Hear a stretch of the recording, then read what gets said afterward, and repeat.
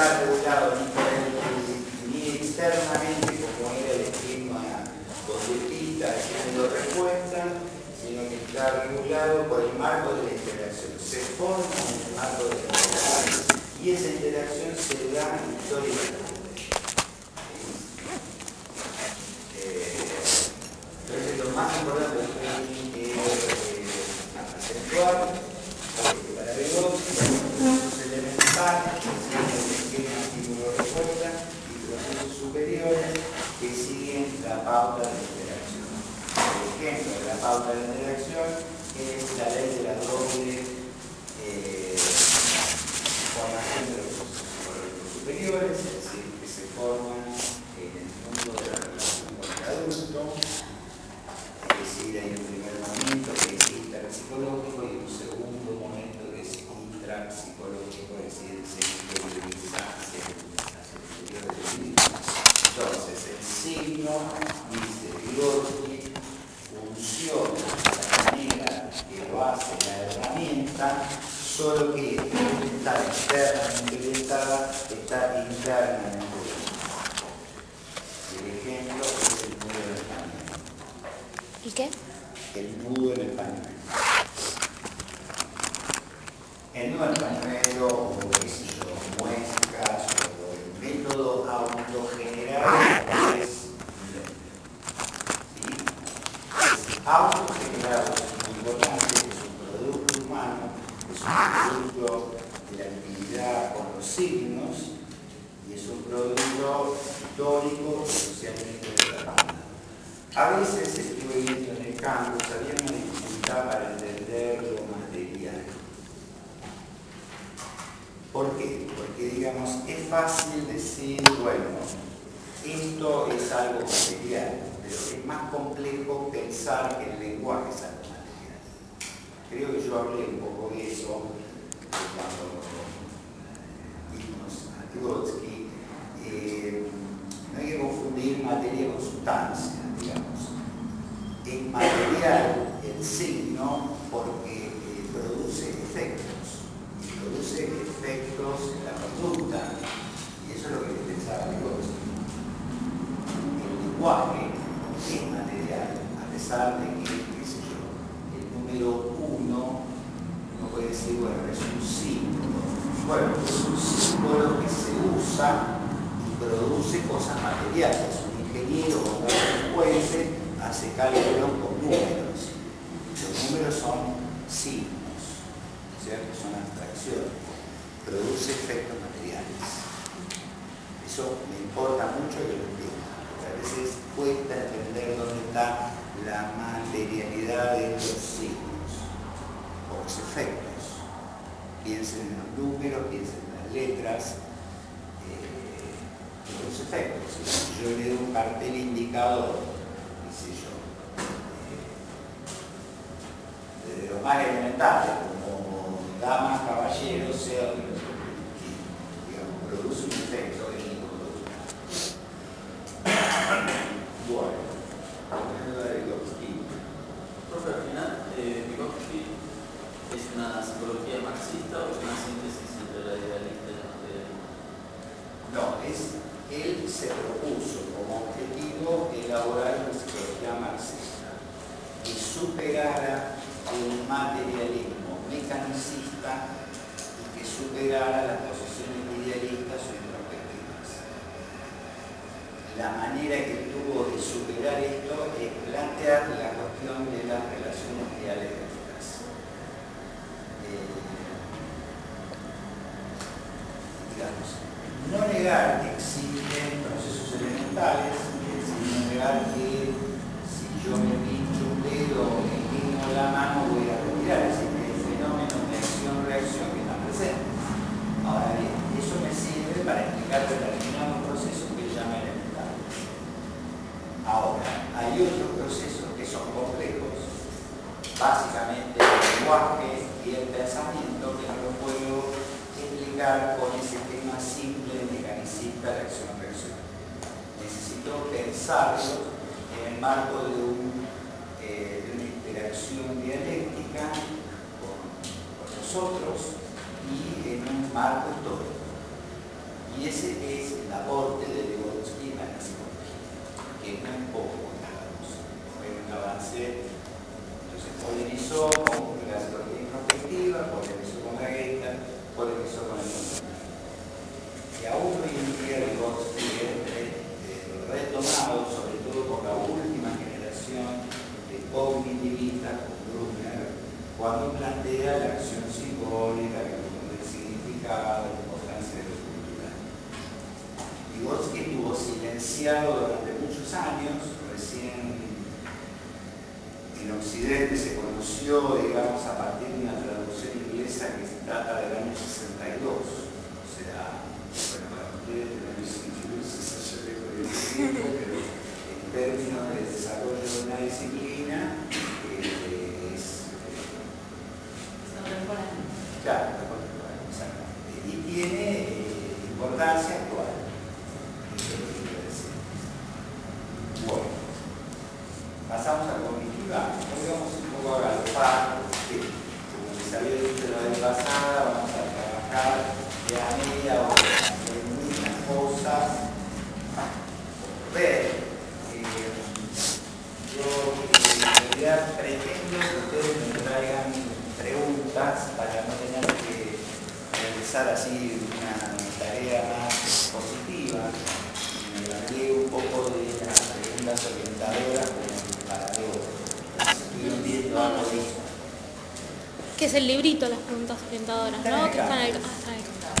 Sí, están acá. Están bajos,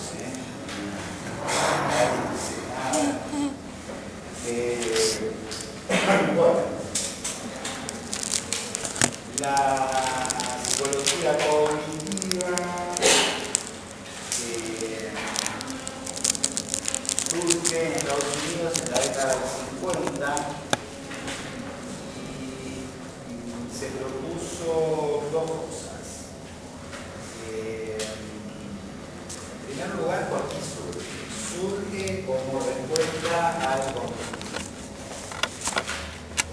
¿Qué cosas criticó del conductismo? Criticó el asociacionismo, es decir, la idea, ¿recuerdan que era la asociación? La asociación por continuidad, sobre todo, recordemos el ejemplo del perro de Pablo. Pablo inventa el reflejo condicionado que se sustentaba sobre la asociación por continuidad de un estímulo sonoro más del alimento. Repitiendo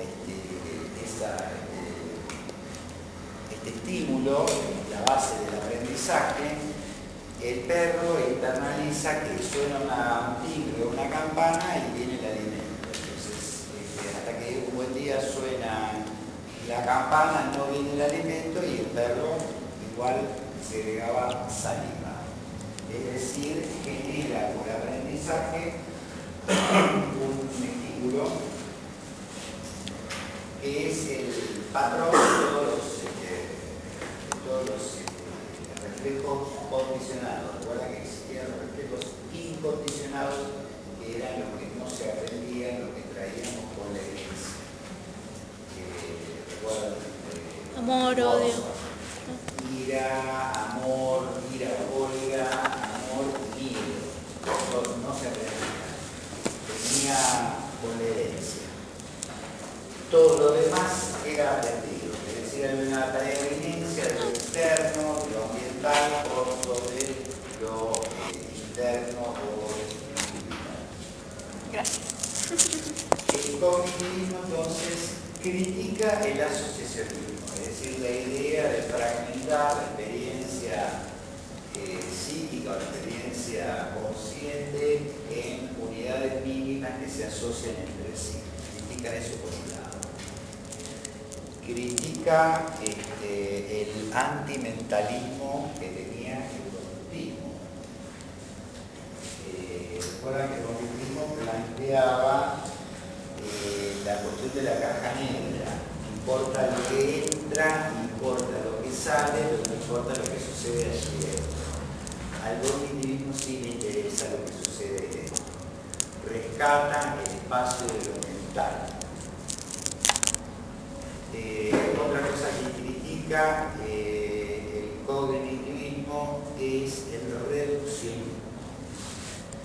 reduccionismo es la simplificación, la reducción de la experiencia mental por el esquema biológico.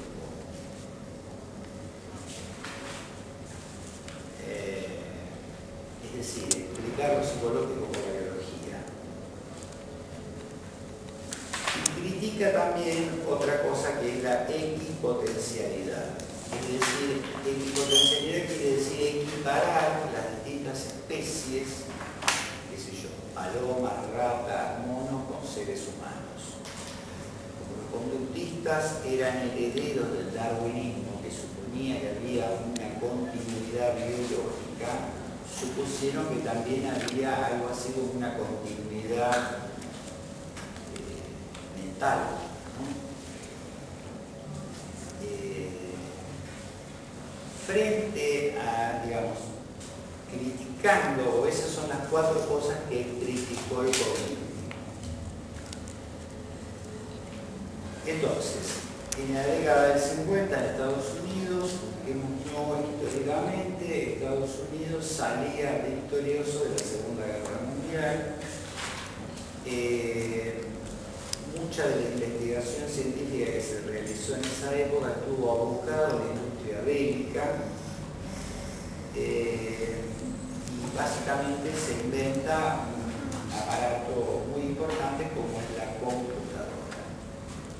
Entonces, como la computadora es un instrumento o aparato que procesa información, acumula información, la distribuye, se pensó que o se adoptó la llamada metáfora de la computadora. Atención con esto. Los cognitivistas no eran tan tontos como para pensar que la mente es igual a la computadora. Digo esto porque en muchos exámenes yo entiendo a dónde apuntan, mente igual computadora, pero lo correcto es decir que adoptan una metáfora computacional. Es decir, la mente humana funcionaría como una computadora.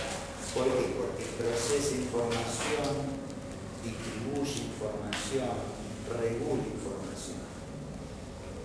Es un concepto central, es el concepto de información. Otro concepto central es el concepto de representación.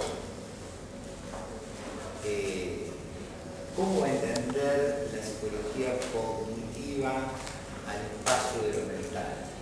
Lo va a entender básicamente con independencia del plano biológico, neurológico y del plano de lo cultural. Es decir, lo mental sería un esquema de cogniciones independientes de lo biológico e independientes de lo cultural. También independiente de lo emocional.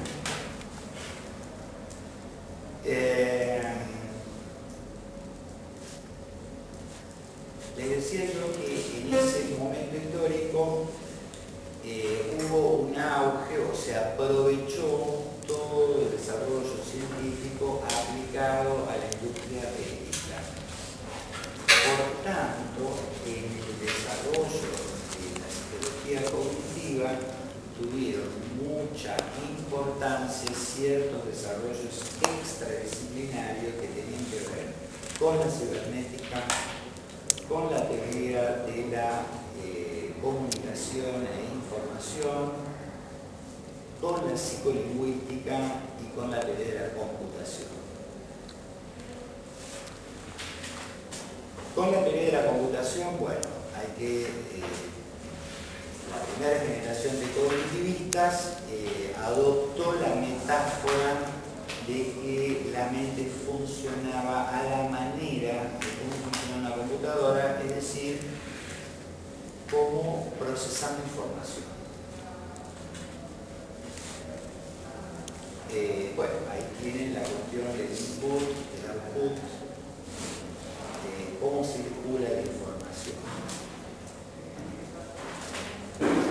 cibernética es una disciplina que es una elaboración matemática de un señor que se llamó Norbert Wiener. Wiener se escribe con W, que se interesó por sistemas complejos que tienen una cierta autoorganización o es decir, sistemas en donde circula de alguna manera información que hacen que, aplicado, por ejemplo, en la industria bélica, sobre todo a la misilística, digamos, un misil dispone de una cierta distribución de información que le permite dirigirse a un blanco que es siempre móvil. Y este es el concepto central. En el esquema estímulo-respuesta, los blancos eran siempre fijos. El estímulo era un estímulo fijo que producía mecánicamente una respuesta que era una respuesta fija. Si yo escucho un sonido allá, sé que el sonido es allá.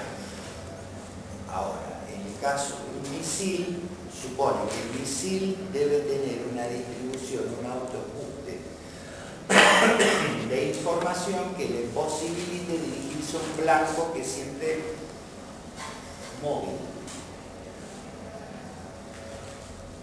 Creo, no soy un experto en misiles, pero creo que mucho tiene que ver el tema de la temperatura. Es decir, hay misiles que se guían por una decodificación de sensaciones que tienen que ver con lo térmico.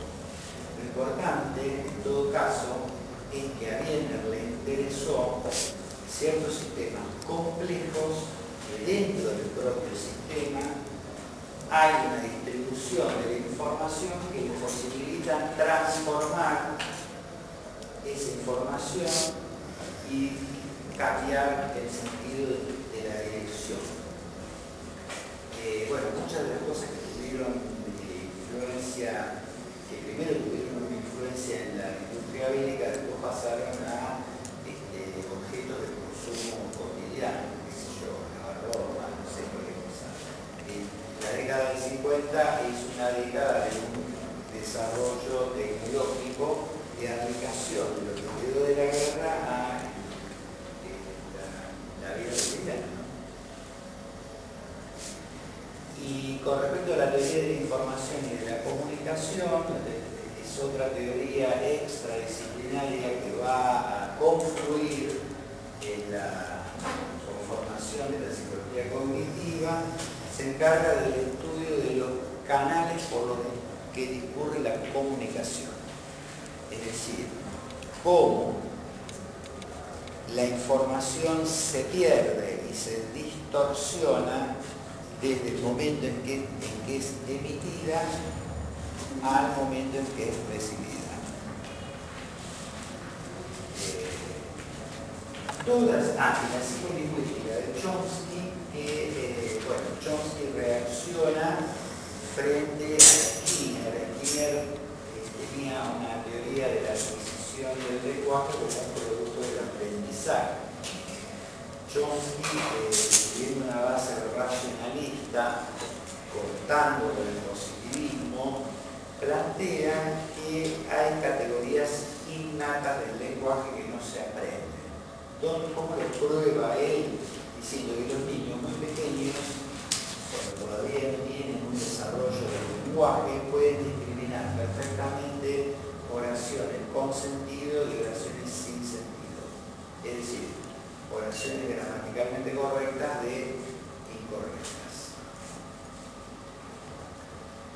Entonces, la psicología cognitiva tomó estos desarrollos extradisciplinarios que tienen que ver con la teoría de la comunicación, con la teoría de la comunicación y de la información, con la psicolingüística y con la cibernética, para la conformación de la primera generación de cognitivistas. Recuerda que yo les había dicho que para una primera generación de cognitivistas se adoptó la metáfora de la computadora. Bien, hay una segunda generación de cognitivistas que se llamó conexionismo o distribución en paralelo de información, que adoptaron la metáfora del cerebro. El cerebro humano, a diferencia de la computadora, no necesita seguir un orden secuencial jerárquico. Procesa en paralelo al mismo tiempo distintos niveles de información. Esto es producto del enorme avance que tuvieron las neurociencias, sobre todo de la década de 60, 70 en adelante. Y bueno, hay una tercera generación cognitivista que plantea la entrada del significado, la entrada del sentido, sobre todo Brunner. Brunner sí reinterpreta y retoma mucho lo que planteó de Vygotsky. Entonces, para la última generación de cognitivistas, recuerda que empezamos diciendo que con independencia de lo biológico, con independencia de lo cultural, bueno, incorporan eso.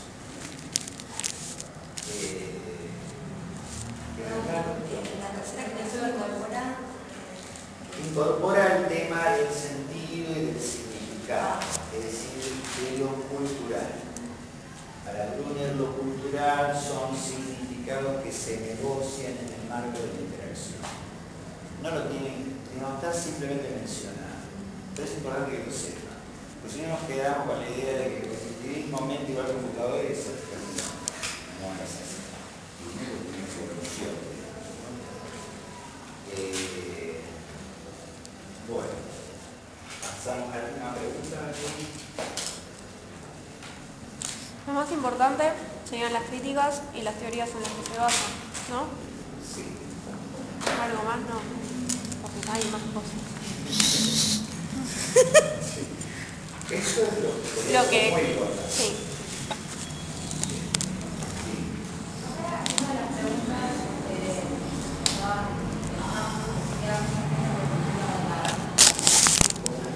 ¿qué se entiende por estructura mental? Una de las preguntas que vamos a hacer. Bueno, a ver, estructura mental es que para el... ¿Vos te referís a las preguntas que tienen que ver con el cognitivismo? Claro, porque yo acá lo que puse es que lo que yo entiendo por estructura mental es el sistema cognitivo que opera de manera secuencial y jerárquica, que en el libro lo pone en comparación con la computadora. Sí, es correcto. Y bueno, Pero, secuencial. claro, eso es correcto para una primera generación cognitivista. Para una segunda generación cognitivista se rompe ese esquema. Ese orden secuencial y jerárquico como que funciona una computadora. Con el avance de las neurociencias se adopta la metáfora del cerebro y no la metáfora de la computadora. ¿Por qué? Porque se ve que el sujeto humano puede procesar independientemente del cerebro varias cosas al mismo tiempo. Entonces, Esa sería una de las cosas que cuestionan el conexionismo. Sobre la primera. Exactamente. Es una versión, digamos, como superadora. Excepto si tenés un iPhone 5 que haces varias cosas al mismo tiempo. Sí, ponele, sería una metáfora, digamos. De todas maneras, es distinto.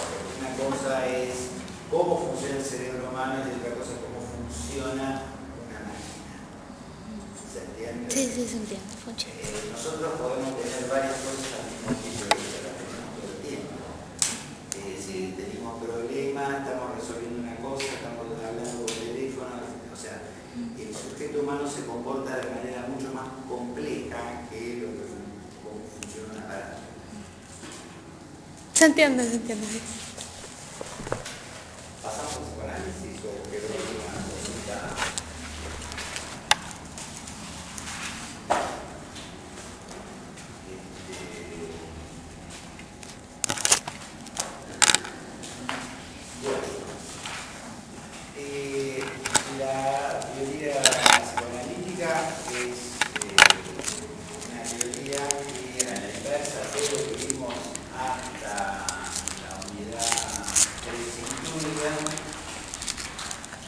producto de la práctica clínica.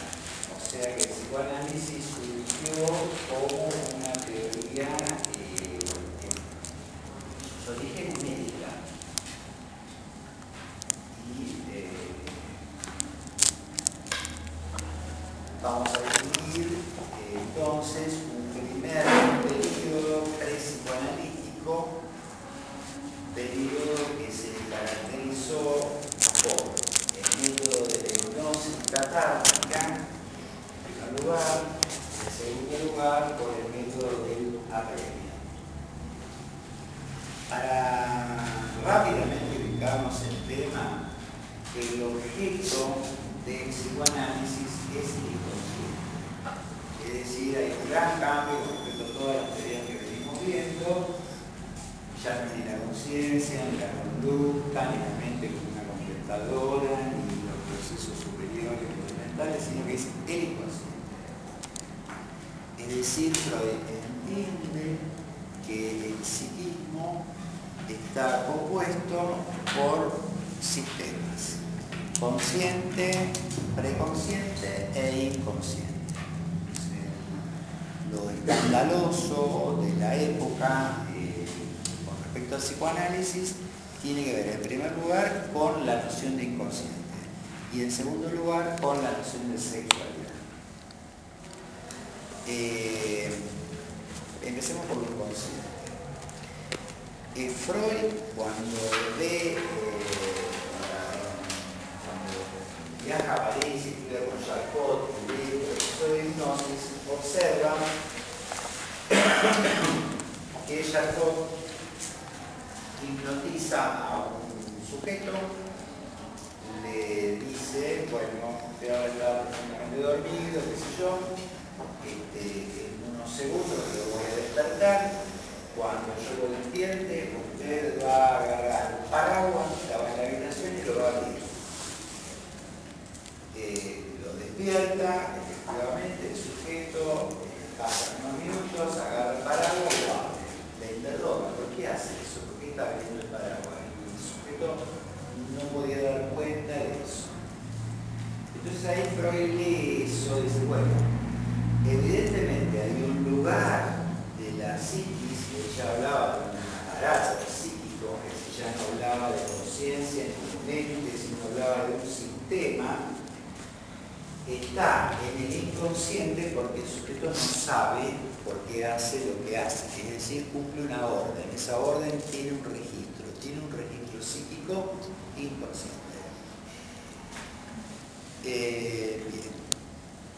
¿Para qué eran estos métodos de la hipnosis? Bueno, eran todos métodos que servían para el tratamiento de pacientes, es decir, no era investigación pura, era clínica. En la época de Freud había numerosas dolencias que eran rechazadas por los médicos, dolencias de carácter histérico, parálisis histéricas, cegueras histéricas. ¿Qué decían los médicos de la época? Y son unos fabuladores, son unos mentirosos. ¿Por qué? Porque no había, estudiando esas patologías, se encontraba con que no había una lesión orgánica. Entonces el médico simple, el médico clínico, dice, bueno, si no hay una lesión orgánica, me está simulando una enfermedad, es un mentiroso, que está desafiando, en fin, rechazaban esas patologías. Freud fue el primero que puso el oído a eso y buscó una explicación de esos fenómenos. Esos fenómenos que tenían manifestaciones orgánicas visibles, pero que no había visión orgánica. Bien. Empieza a probar con el hipnotismo, pero rápidamente se da cuenta de que la hipnosis tiene un alcance limitado. Esto quiere decir que no todos los pacientes eran hipnotizables, y segundo, que cuando algunos lo eran, se notaba que había un proceso de descarga afectiva cuando recordaban el episodio traumático inconsciente, pero esa mejoría era bueno, muy limitada. Al poquito tiempo volvían otra vez. Entonces Freud se daba cuenta de que no podía hipnotizar porque, bueno, al cabo de un corto tiempo volvía otra vez la sintomatología. Dice que es el resistente. Vamos por la partes. resistencia. Vamos por partes. No el concepto de resistencia. Porque no servía el hipnotismo. No servía el hipnotismo porque no todo paciente era sugestionable como para ser hipnotizado. Pero al mismo tiempo era como que los síntomas o algo se hacía más. Pero, por otro lado, había un proceso de descarga en el recuerdo del episodio traumático que aliviaba al paciente, pero que era un alivio temporal. Esa descarga es la catarsis, ¿no? Exactamente. Ahora bien, entonces hay varias cosas acá. Primero, hay una idea de trauma, hay una idea de una escena traumática que producía efectos patógenos. Hay una teoría sobre esto de que recordar la escena traumática provocaba la cura o el alivio de esos síntomas. ¿Se entiende hasta acá? Sí. Bien, Freud descubre que, bueno, no todos son hipnotizables y los que eran hipnotizables al pocos días volvían otra vez, o sea, sentían un alivio temporal.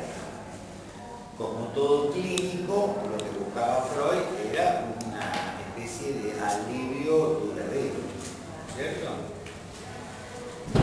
Entonces, teniendo en cuenta la problemática de que no todo el mundo era hipnotizable, comienza a trabajar con el estado de vigilia.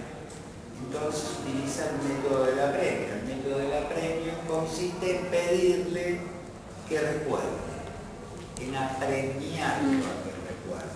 Entonces llegaba al extremo de decir, le voy a colocar la palma de mi mano sobre la frente y al momento que yo coloque la palma usted va a recordar igual. Es decir, todavía seguía existiendo, un método ya abandonaba la hipnosis, existía una sugestión, aunque estaba en un proceso ya claramente de vigilia, y apremiaba al paciente que recordara esa escena traumática, digamos. ¿De qué hablamos cuando hablamos de escena traumática? Freud no era un delirante, simplemente Freud escuchaba lo que los pacientes le decían. ¿Qué le decían los pacientes?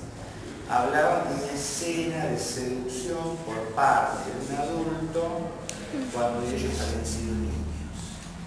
Y esa escena se suponía que había sido real y que era el origen de toda la producción sintomática.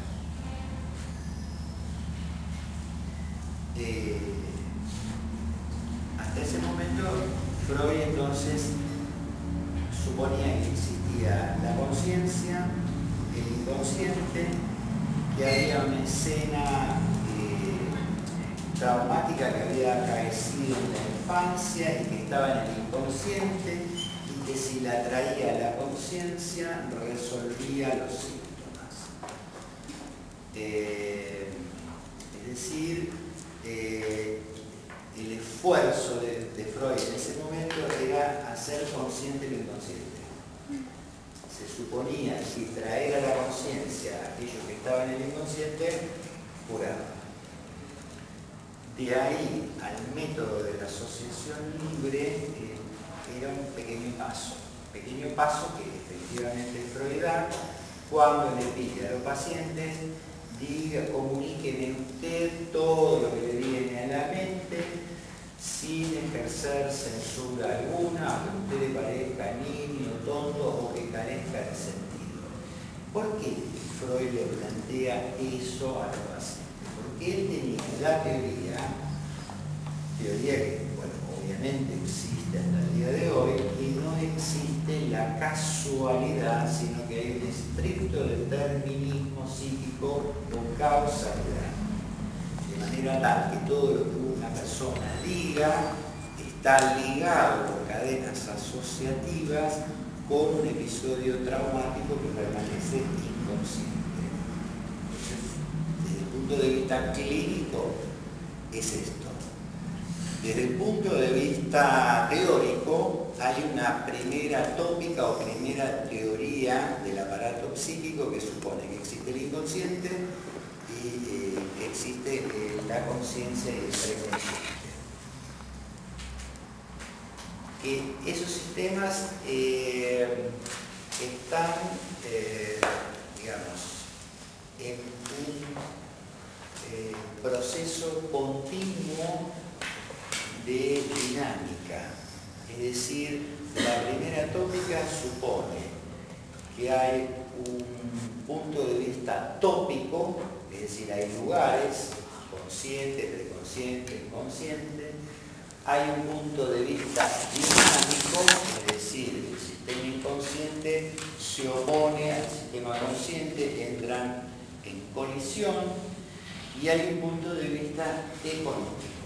El punto de vista económico, que probablemente es el que más les cueste por ahí entenderlo, supone que toda idea, toda representación tiene un investimiento y está cargado de una energía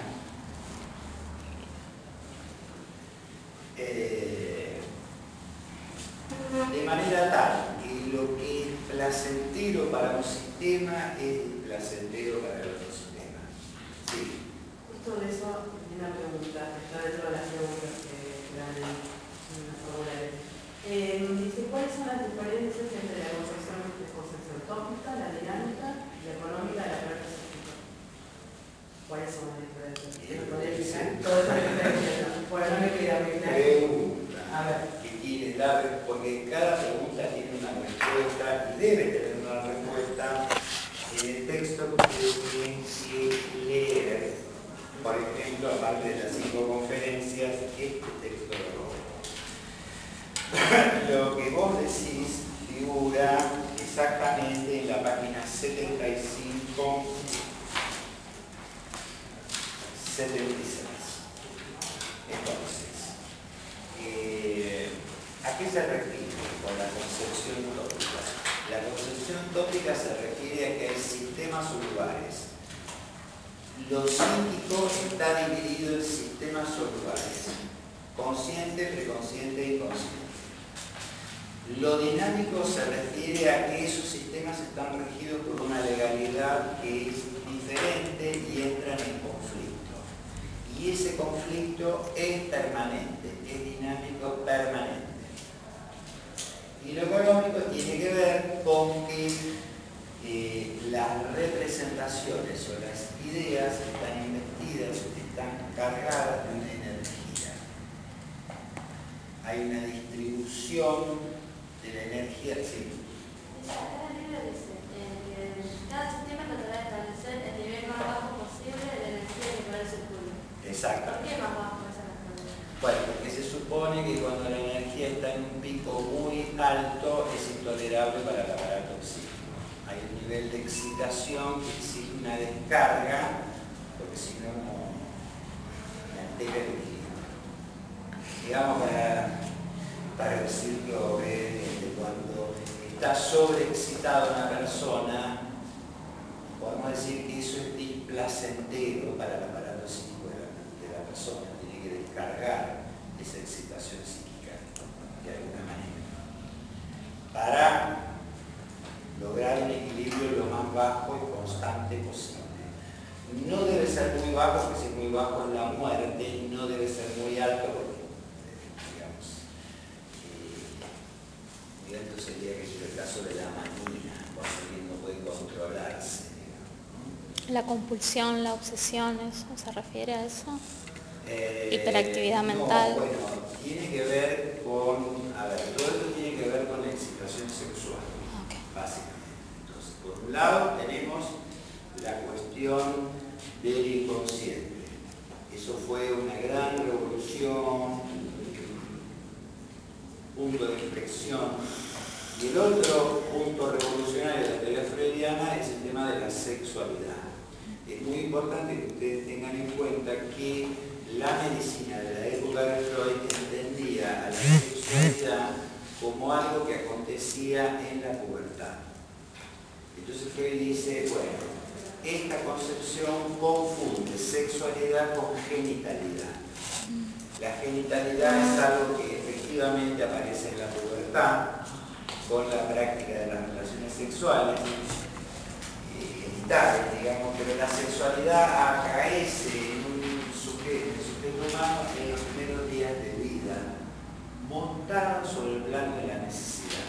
Es decir, el bebé trae la succión que lo ayuda a sobrevivir y alimentarse. Ahora descubre en la succión para la alimentación que hay placer. Entonces, satisfecho el hambre, satisfecha la necesidad, sigue succionando. Sí. Perdón, si el bebé no se alimenta del pecho, se alimenta de mamadera, ¿el placer lo siente igual? Bueno, sigue, a ver. ¿Es lo mismo? Es lo mismo. Porque primero el amor va a ser la madre porque no tiene ese contacto. Si no tiene ese contacto físico, igualmente el amor va a ser ese la madre. Sí, aunque la madre no le dé el pecho al hijo, supónganse una madre que, bueno, no sé, no le da el pecho por razón que fuera, le da el biberón. Igual va a descubrir, digamos, la cuestión del placer erógeno, digamos, en la boca.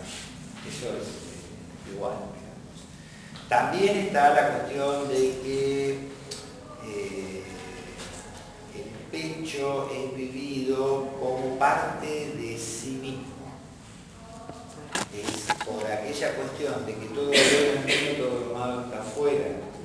Freud dice, bueno, inicialmente el pecho es vivido como algo propio, hasta que, digamos, lo pierde, porque obviamente todo bebé es destetado en algún momento, porque bueno, se comienza con otro tipo de alimentación. Es como un primer duelo, digamos, ¿no? La pérdida del pecho, la pérdida del control del pecho. El pecho como algo que lo puedo manejar en todo. De entrada, el sujeto humano conoce la pérdida del objeto. El objeto va y viene, no posee al objeto. Y ese duelo marca algo en su desarrollo psíquico. ¿Cómo haya sido ese duelo? Es diferente, porque todos los chicos lo ven diferente. Sí, es como una matriz de ulteriores duelos y de ulteriores pérdidas. Por eso ustedes encontrarán el texto con esto es la experiencia de satisfacción. Digamos, la primer succión, digamos, es plena y satisfactoria. Ya la segunda es diferente de la primera. Dice, hay una pérdida, digamos. La segunda no es igual a la primera. Hay una repetición, pero ya no es lo mismo. Dice, hay una insatisfacción de base. Por supuesto que es toda una interpretación, y no le podemos preguntar al bebé qué está pasando, ¿no es cierto? Es toda una hipótesis freudiana, ¿no es cierto? Es toda una teoría que da cuenta de los fenómenos de pérdida, de duelo, y efectivamente los explica bastante bien, digamos. Entonces, inicialmente, el pecho es como una parte de sí mismo. Luego el pecho es otro. Y no domino a ese otro, y quiero dominar a ese otro.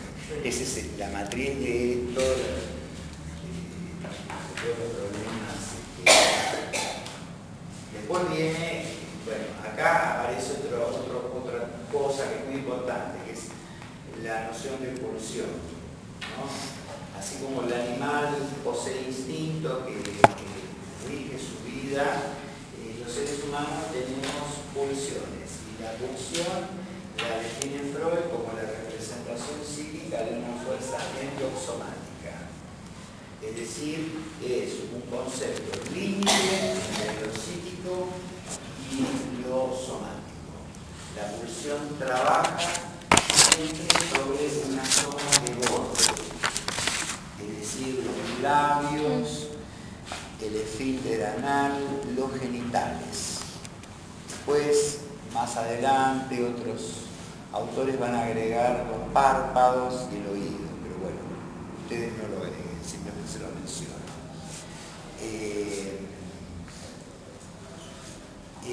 Entonces, el sujeto humano descubre el placer sexual sobre el plano de la necesidad. La necesidad alimenticia en el caso del oral, la necesidad de exigencia de limpieza en el caso de lo anal.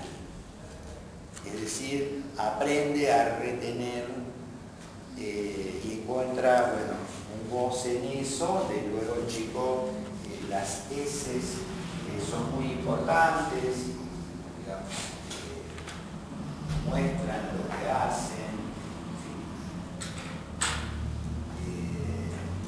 y luego los genitales. Es decir, hasta los genitales, luego eso se va a llamar estadios pregenitales de la vida. El concepto de libido, la libido es amor. Freud lo define como libido es amor, ¿no? Es la expresión amorosa o la energía de la pulsión. Consecuentemente, la primera teoría del aparato psíquico, primera tópica, hay una primera teoría de las pulsiones, que dice que hay pulsiones del yo o de autoconservación y pulsiones sexuales. Es decir, hay libido vuelta hacia sí mismo y libido que va hacia el exterior, hacia el objeto. Hay una segunda teoría, segunda tópica, segunda teoría del aparato psíquico, que no anula la primera, sino que la completa. Le dice que hay ello, yo y super yo. Consecuentemente, también hay una segunda teoría de las pulsiones. Esa segunda teoría de las pulsiones supone que la libido objetal y la libido yoica van a formar parte de una sola, que va a llamar eros o pulsión de vida, a la que va a poner la muerte o la pulsión de muerte o thanatos. La pulsión de muerte es muy compleja de entender y surge de una dificultad también clínica. Es decir, ¿por qué hay una segunda tópica o segunda teoría del aparato psíquico y hay una segunda teoría de las pulsiones? Pues bien, hay porque Freud se topó con un problema clínico. ¿Cuál es ese problema clínico? Era que solamente con hacer consciente el inconsciente no alcanzaba para resolver los síntomas. Es decir, se topó con que había convulsión a la repetición. Se topó con que el paciente se resistía mucho a abandonar los síntomas. Se encontró con que los pacientes tenían un goce inconsciente de esos síntomas, que justificaban la idea de repetición. Esa repetición o pulsión a la repetición es la manifestación de la pulsión de muerte. Dice Freud, pulsión de muerte. Dice que todo ser vivo tiende a lo inanimado, y hay un deseo autodestructivo profundamente inconsciente que se pone de manifiesto en la repetición. Eso fue muy resistido por los analistas de la primera generación, por sus discípulos. Esto Freud lo tematiza más allá del principio de placer. Simplemente menciona. No es una mera especulación como se lo quiso plantear, sino que surge de las dificultades clínicas que tenía Freud.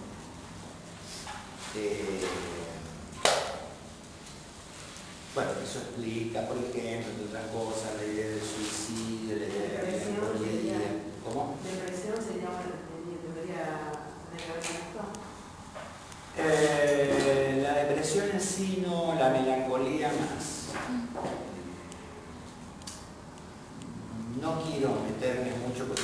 digamos, simplemente les menciono hacia algunos puntos, ¿no? Para que se entienda qué es esto de la pulsión de muerte. Eso no se entiende, digamos. Surge no de una especulación teórica, sino de dificultades en la clínica. Entonces, esta segunda tópica, yo y super-yo, no hay que ponerla como superadora, sino que hay que superponerla a la primera. Ello, yo, super-yo, digamos, el ello es equiparable a lo interno. Ahora, el yo y el super-yo van a tener aspectos conscientes y la mayor parte va a ser inconsciente.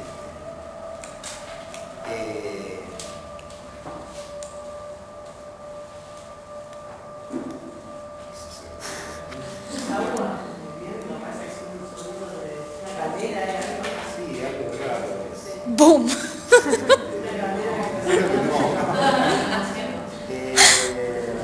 Bueno, a ver, una cosa que es muy importante entonces, volviendo un poco al principio, es que el inconsciente es un existente psíquico, es eficaz, se produce por la represión. La represión es un mecanismo de desalojo de la conciencia de fenómenos implacenteros.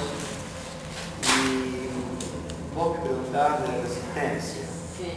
Bien. Así como para entender el inconsciente hay que entender el concepto de represión y viceversa, para entender el concepto de represión hay que entender el concepto de inconsciente, para entender el concepto de represión también hay que entender el concepto de resistencia.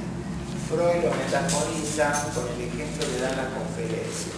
Él dice, supóngase que yo estoy dando como acá una conferencia y uno de ustedes comienza a molestar, a hablar a los gritos, qué sé yo voy a necesitar desalojarlo de la sala y voy a necesitar, bueno, de fuerzas de seguridad porque no lo puedo convencer, va a querer quedarse y molestar, entonces bueno, voy a necesitar fuerzas de seguridad que lo saquen afuera. Ahora bien, esa persona afuera va a seguir gritando y va a pugnar por retornar a la sala. Entonces voy a necesitar atravesar con una silla, dice Freud, o con personal de seguridad la puerta. Dice, bueno, la resistencia es esa silla o ese personal de seguridad puestos en la puerta para impedir que ese contenido, digamos, ese tipo que molestaba, dice, bueno, es una idea inconsciente, o sea, utiliza la metáfora de dos lugares. La habitación donde da la conferencia sería la conciencia, la habitación de afuera, donde fueron de ese tipo que hacía ruido y mandaron para afuera, es el inconsciente. Dice, el inconsciente no es que yo una vez que reprimo la idea que da el inconsciente ahí tranquilita, no, dice, pero hay una dinámica. Lo reprimido retorna siempre, retorna bajo la forma de síntomas, de sueños, de lapsus. Y la resistencia es la resistencia desde el sistema de la conciencia a eso que pugna por entrar. De ahí, exactamente, por eso es que hay dos legalidades. El inconsciente se rige por el principio del placer, hay atemporalidad, no hay cronología, hay contradicción, es decir, yo puedo amar y odiar al mismo tiempo, y la conciencia se va a regir por otro sistema, es decir, por el principio de realidad, hay cronología, hay temporalidad. Entonces, lo psíquico está compuesto por un sistema que está en colisión, en lucha franca, uno con el otro. Entonces lo psíquico es conflictivo y eso conflictivo hace a la dinámica de lo psíquico. ¿Se entiende? Bueno, ¿Caramelo? Ahora primero preguntas. ¿Caramelo? Preguntas que tienen que ver con la unidad de Freud.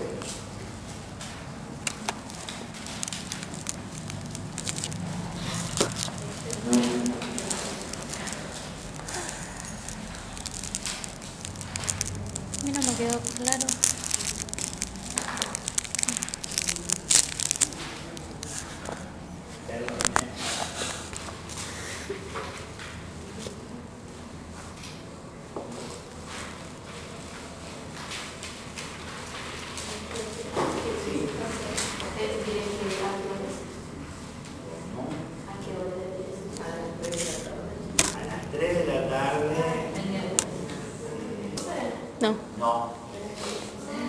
A las 15 horas. Es el miércoles 18 de junio a las 15 horas.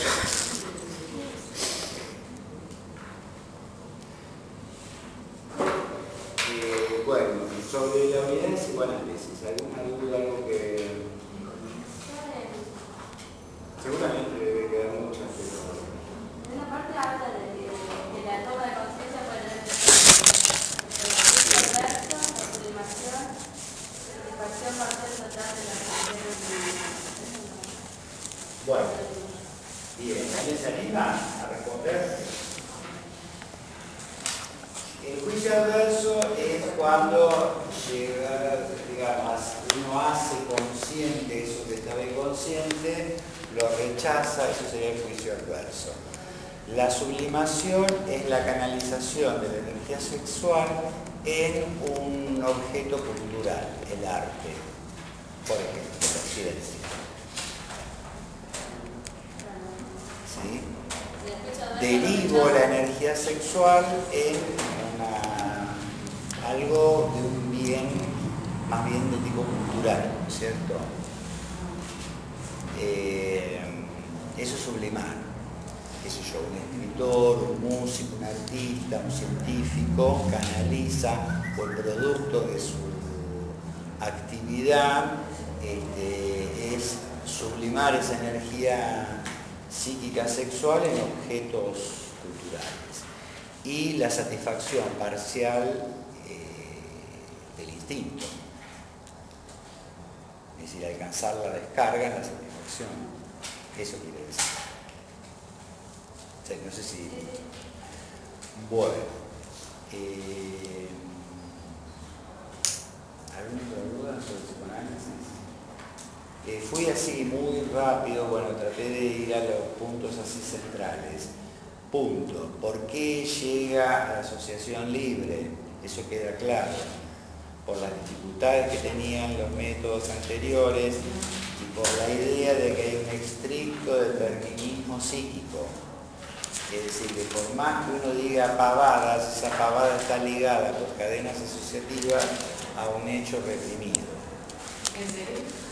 No hay casualidades, sino que hay una estricta causalidad. Sí. A mí al final, cuando habla ahora que estoy mencionando del método de la prueba por el habla, cuando habla de sí, que es una frase que hace de Freud. Sí. Bueno, al final de eso, entonces habla del psicoanalista que debe tener la atención, o sea que digamos, es una relación tan activa, tanto del paciente como del psicoanalista, ninguno está pasivo. Y que no tiene que ni siquiera, como yo entendí eso, como no tomar nota, nada, sino que tiene que estar, porque si tiene que estar escribiendo el psicoanalista las cosas que está escuchando, se pierde, porque si uno escribe, hay cosas de la atención que no están, es como que se va produciendo un proceso conjunto. Eso como que también elabora en sí mismo. O sea.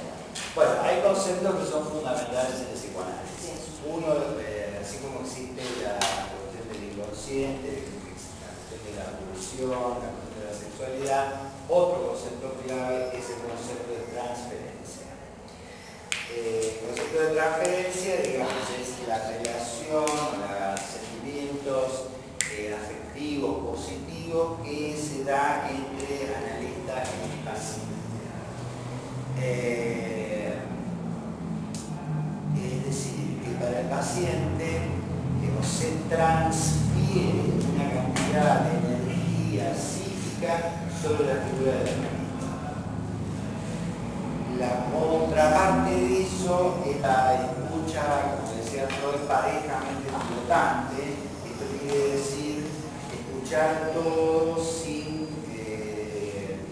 es un concepto muy difícil de explicar porque, digamos, lo que vos decís tiene una cosa que es importante, que es cuando uno anota, en general... Deja de oír algo, claro, para que normalmente se hace es escribir cuando se vaya.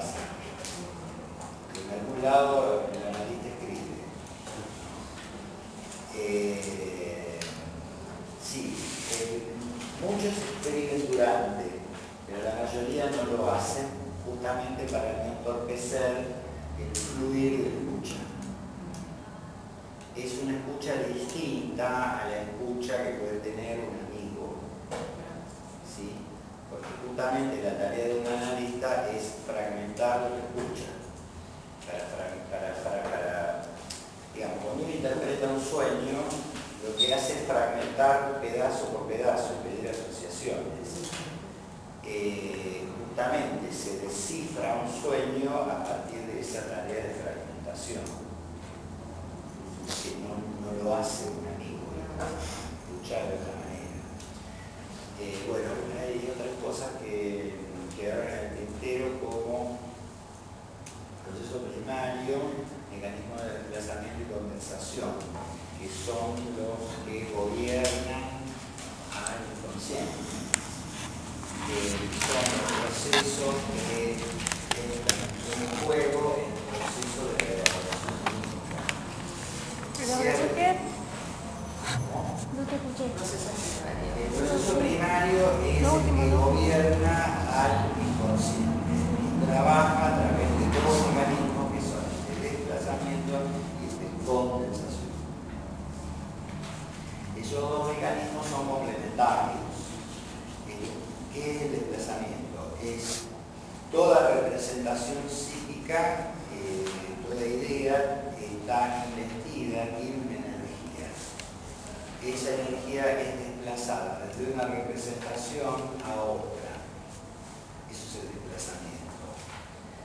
El ejemplo es el ejemplo, por ejemplo, de... A mí no me queda claro eso, que solamente pasa en el inconsciente o también pasa en el consciente. No, eso es del inconsciente. Ok. Eso es del inconsciente. Y pero el nene que le tiene miedo al caballo. Bueno, sí, está bien, pero es un síntoma, hay que entenderlo como Ah, un síntoma. claro. Freud descubre que detrás del miedo a los caballos existía en realidad el miedo al padre, que había un desplazamiento que hacía Claro, eso lo hace el la inconsciente. energía ligada a la representación padre era colocada en la idea del caballo. La condensación supone que varias representaciones de la energía de varias representaciones confluyen en una sola. A su vez esto aparece en el mecanismo de formación de los sueños. Es decir, la actividad psíquica continúa basada en la vigilia en la vida onírica. Eso sería hay actividad psíquica en el sueño. Y el sueño es una realización de deseos sexuales infantiles disfrazados. Por eso el sueño se descifra. Deberíamos empezar con la última unidad.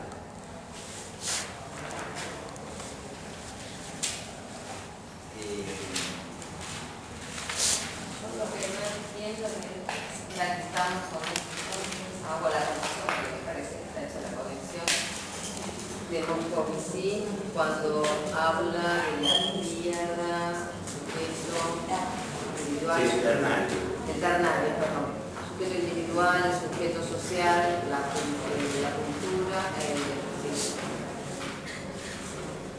sujeto a otro alter. objeto, el otro, claro, que habla de como si fuera la segunda tópica después que habla del yo, el super yo. ¿Qué estamos hablando?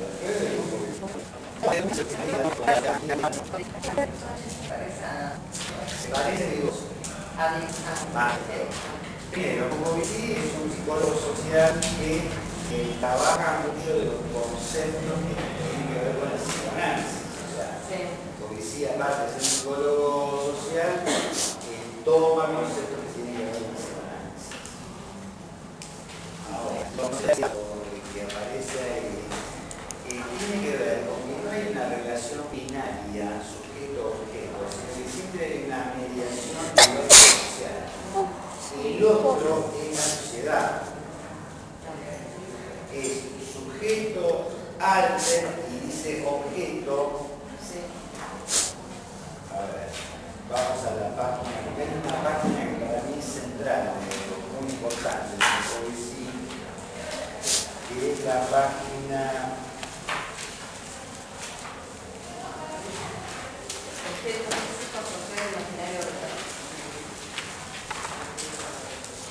Página 21-22, prácticamente en esa página está concentrado.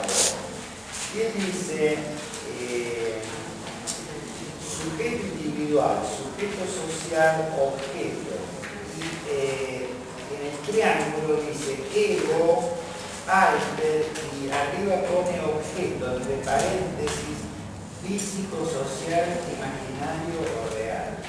Entonces el objeto es el acto social, lo cultural, lo simbólico.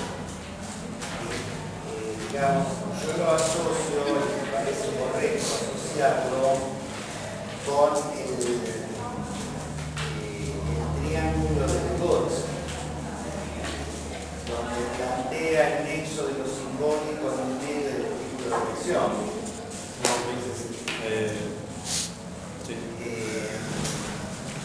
Y después, acto seguido, hay un párrafo en donde habla del proceso de facilitación social, influencia social y obediencia, donde sintetiza muy claramente que cada cosa. Facilitación es este fenómeno, digamos, tan sencillo de que una persona memoriza cosas simples o elementales más fácilmente de manera grupal que sola. Luego está el proceso de influencia. El proceso de influencia social, es algo que se produce en la interacción. Es decir, ¿qué es la psicología social? La psicología social es aquella parte de la psicología que se encarga de estudiar los procesos de interacción. ¿Qué aparece en los procesos de interacción? Lo que aparece son los procesos de influencia. Esto quiere decir que yo soy influenciado y a su vez yo influencio. Hay dos grandes procesos de influencia. Por un lado está el liderazgo, es decir, cuando una persona influencia a varias. Por otro lado es el proceso inverso, cuando un grupo influencia a los individuos. Por lo que es lo mismo decir, un individuo actúa en función de la presión que ejerce el grupo. Digamos que es más frecuente que encontrar, porque líderes hay pocos. Lo más común, lo más frecuente de encontrar es la presión grupal sobre el individuo. Numerosos experimentos prueban esto. Ash, Shelley, por mencionar solamente algunos. Yo creo que les hablé del experimento de las rayas y los puntos, digamos.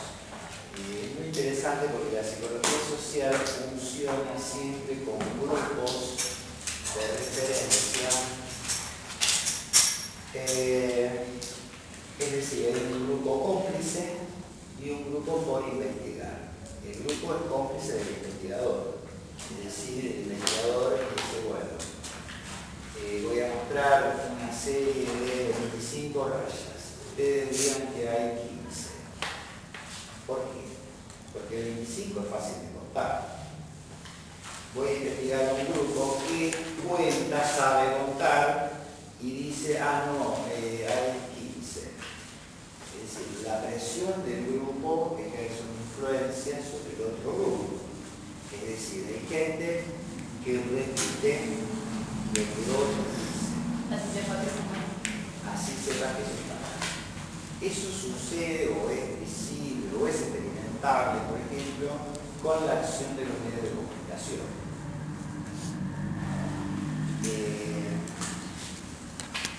Bueno, hay un caso extremo que es el tema de la obediencia, el experimento de Milgram.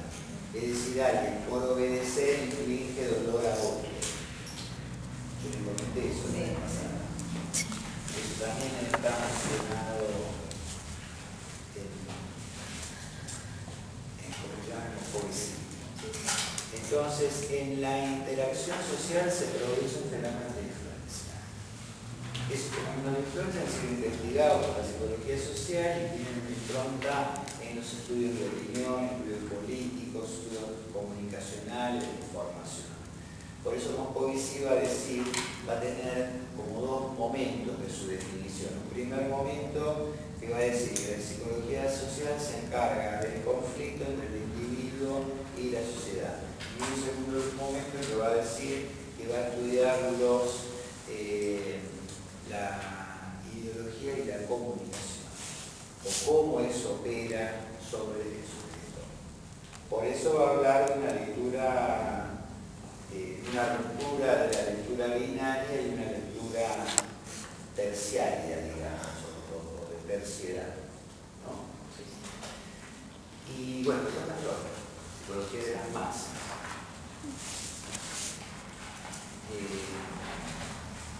Freud va a leer a Le Bon. Le Bon va a hacer una descripción de cómo funciona el individuo ligado a otros en multitudes. Entonces dice que un individuo en multitud, dice, bueno, siente una especie de omnipotencia y se permite hacer cosas que individualmente no haría. En ese sentido canaliza, qué sé yo, agresividad, dice, bueno, es urgente, necesita urgentemente, es inestable, es infantil. Bueno, da toda una descripción de cómo es la multitud y Le Bon la explica diciendo que es como si se generara una mente grupal. Freud acompaña a Le Bon hasta un punto, dice, bueno, yo estoy de acuerdo con la descripción que hace este hombre, pero difiero en la explicación. La explicación de Freud es que los lazos que ligan a los miembros de una multitud son lazos eróticos, son lazos libidinales y a su vez los ligan con un líder. Freud trabaja básicamente dos manifestaciones que son la iglesia y el ejército. Cristo, como el general en jefe, ama a todos los miembros de la multitud por igual. Entonces hay una ligación libidinal entre cada uno de los que integran la multitud y a su vez de cada uno con el jefe. Cuando hay algo que se fractura, se disuelve la masa. La masa es altamente inestable. Las multitudes. Bueno, pensemos el caso de las hinchadas de fútbol. También allí hay liderazgos, barras bravas, y entonces tienen una acción para el evento, para el momento, el partido de fútbol, la ceremonia religiosa o la cuestión militar, que los determinados episodios se le a cada uno, recupera la libido, dice Freud, que tenía puestas en lo demás y en el líder, la deposita sobre sí y se va. Es decir, cuando se disuelve. Bueno, preguntas. ¿Cuál es el método de Bonander? El método. Los métodos de la psicología social, de ese rol. No solo de ese autor, es el mismo que los demás. No que no de Foucault. No, Hollander es más bien un psicólogo de tipo más bien intuitivo. Los métodos que sigue la psicología social básicamente tienen que ver con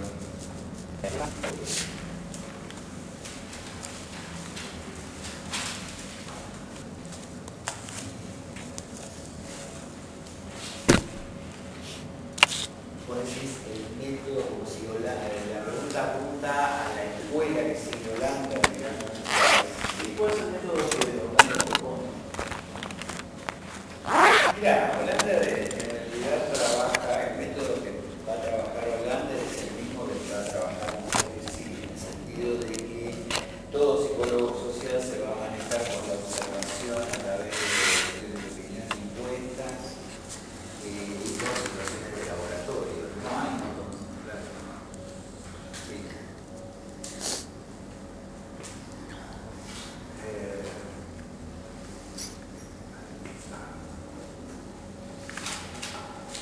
Otra cosa que...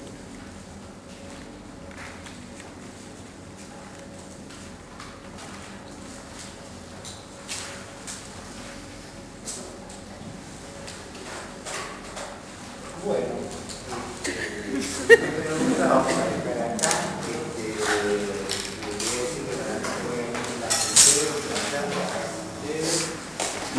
les deseo mucha suerte en el examen y mucha suerte en la vida.